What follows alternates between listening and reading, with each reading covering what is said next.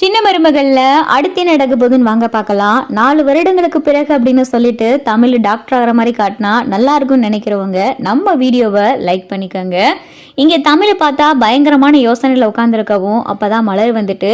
என்ன தமிழ் ஏதோ தீவிரமான யோசனையில் இருக்க அப்படின்னு சொல்லி மலர் கேட்கவும், இல்லைக்கா இப்போதான் தனத்துக்கிட்ட பேசினேன், தனம் தான் சொன்னா இந்த வாரத்தில் மருத்துவ படிப்புக்கான நுழைவுத் தேர்வு இருக்குது அப்படின்னு சொன்னா, அதை பற்றி தாங்க்கா யோசிச்சுக்கிட்டு இருக்கேன் அப்படின்னு சொல்லிட்டு தமிழ் சொல்லவும், எப்படி தமிழ் நம்ம வீட்டில் எவ்வளவு பிரச்சனை நடந்துக்கிட்டு இருக்கு, நீ தான் பார்த்தையில இந்த பிரச்சனைக்கு மத்தியில் நீ மட்டும் போய் பரிசு எழுதின விஷயம் தெரிஞ்சிச்சின்னு வையேன், இந்த வீடு 2000 அப்படின்னு சொல்லிட்டு மலர் சொல்லவும், அப்போதான் பார்த்தா தமிழ், இப்படி தாங்க 12ஆம் கிளாஸ் பரீட்சை வந்துச்சு, அதுவாது 6 பரீட்சை, ஒவ்வொரு நாளும் என்னை அம்மாச்சி கூட்டிட்டு போயிட்டு எழுத வச்சாங்க, ஒவ்வொரு சூழ்நிலை வந்துச்சு, அத்தனையும் தாண்டி பரீட்சை எழுதினேன், ஆனால் இது வெறும் ஒரே ஒரு பரீட்சை தாங்க்கா, இந்த பரீட்சைக்கெலாம் நான் ஏற்கனவே படிச்சுட்டேன், வெறும் போய் பரீட்சை எழுதிட்டு மட்டும் வந்தால் போதுங்க்கா, ஒரு 2 மணி நேரம் மட்டும் போதுங்க்கா அப்படின்னு சொல்லிட்டு இங்கே பார்த்தா தமிழ் சொல்லுவோம், இப்படி தமிழ் வீட்டில் இவ்வளோ பிரச்சனை நடந்துக்கிட்டு இருக்கே, அம்மாச்சியாலையும் இப்போ முடியாது, மாமா நேற்று எப்படி பேசுனாங்க பார்த்தியா, எப்படி தமிழ் அப்படின்னு சொல்லிட்டு இங்கே பார்த்தா தமிழ் யோசிச்சுக்கிட்டு இருக்கவும், அப்பதான் பார்த்தா இங்கே ராஜாங்கத்துக்கு கட்சி தலைவர்கிட்ட இருந்து ஃபோன் வருது. ராஜாங்கம் பேசிக்கிட்டு இருக்காரு. அப்பதான் அந்த கட்சி தலைவர் சொல்றாரு, என்ன ராஜாங்கம், உங்க வீட்டு சின்ன மருமக 12ஆம் வகுப்புல 600 மார்க் வாங்கியிருக்காங்க,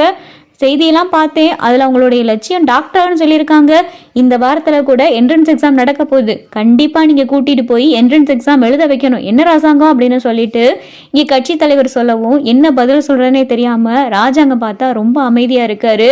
சரி வழியே இல்லை அப்படின்னு சொல்லிட்டு சரிங்க தலைவரேன்னு சொல்லிட்டு இங்கே ராஜாங்கம் சொல்லிக்கிட்டு இருக்காரு. அப்போதான் கட்சி தலைவர் கேட்குறாரு, என்ன ராசாங்கம் வெரி சரின்னு மட்டும் சொல்லிக்கிட்டு இருக்கீங்க, சொல்லுங்க வாயை திறந்து நல்லா, உங்கள் சின்ன மருமகளை கூட்டிகிட்டு போய் என்ட்ரன்ஸ் எக்ஸாம் எழுத வைக்கணும், இங்கே உங்கள் சின்ன மருமகளை கூப்பிடுங்க, நானே அவங்களுக்கு வாழ்த்துக்கள் சொல்கிறேன் அப்படின்னு சொல்லிட்டு ராஜாங்கம் சொல்கிறாரு. அப்போ தான் பார்த்தா இங்கே ராஜாங்கம் மோகனான்னு சொல்லி சத்தமாக கூப்பிட்றாரு.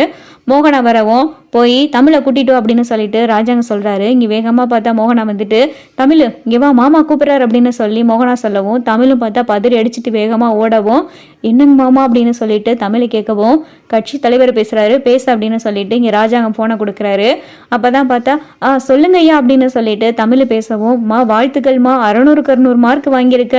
டாக்டர் ஆகணும் உன்னுடைய லட்சியம்னு கேள்விப்பட்டேன், நல்லபடியா நீ டாக்டர் ஆகணுமா அப்படின்னு சொல்லிட்டு கட்சி தலைவர் சொல்லிக்கிட்டு இருக்காரு. இந்த வாரம் தானமா மருத்துவ படிப்புக்கான என்ட்ரன்ஸ் எக்ஸாம் இருக்கு அப்படின்னு சொல்லிட்டு கட்சி தலைவர் கேட்கவும், ஆமாங்க ஐயா அப்படின்னு சொல்லிட்டு தமிழ் சொல்லவும், நான் ராஜாங்கத்துக்கிட்ட எல்லாம் சொல்லியிருக்கேம்மா, அதனால கண்டிப்பா நீ என்ட்ரன்ஸ் எக்ஸாம் எழுதணும் என்ன அப்படின்னு சொல்லிட்டு இங்க கட்சி தலைவர் சொல்லவும், சரிங்க ஐயா அப்படின்னு சொல்லிட்டு தமிழ் சொல்லவும், இந்த மாமாட்ட கொடுக்குறீங்க அப்படின்னு சொல்லி இங்க தமிழ் பார்த்தா போனை ராஜாங்கிட்ட கொடுக்கவும், ராஜாங்கத்துக்கிட்ட கட்சி தலைவர் ரொம்ப அழுத்தமா சொல்லிடுறாரு, நீங்க தமிழ்ச்செல்வியை கூட்டிட்டு போய் என்ட்ரன்ஸ் எக்ஸாம் கண்டிப்பா எழுத வைக்கணும், நீங்க இப்படி பண்ணீங்கன்னா உங்களுடைய அரசியல் வாழ்க்கை இன்னும் நல்லா அமோகமா இருக்கும், இந்த மாதிரி வீட்டுக்கு வந்த மருமகளையே இந்த மாதிரி கூட்டிட்டு போய் நீங்க பரிட்சை எழுத வச்சீங்க அப்படின்ற விஷயம் செய்தியாளர்கள் மத்தியில ரொம்ப பரவவும் செய்யும், உங்களுடைய பேரு இன்னும் அதிகமாகும், அதனால நீங்க கண்டிப்பா தமிழை கூட்டிட்டு போய் பரிட்சை எழுத வைங்க அப்படின்னு சொல்லி இங்க கட்சி தலைவர் சொல்லிடுறாரு.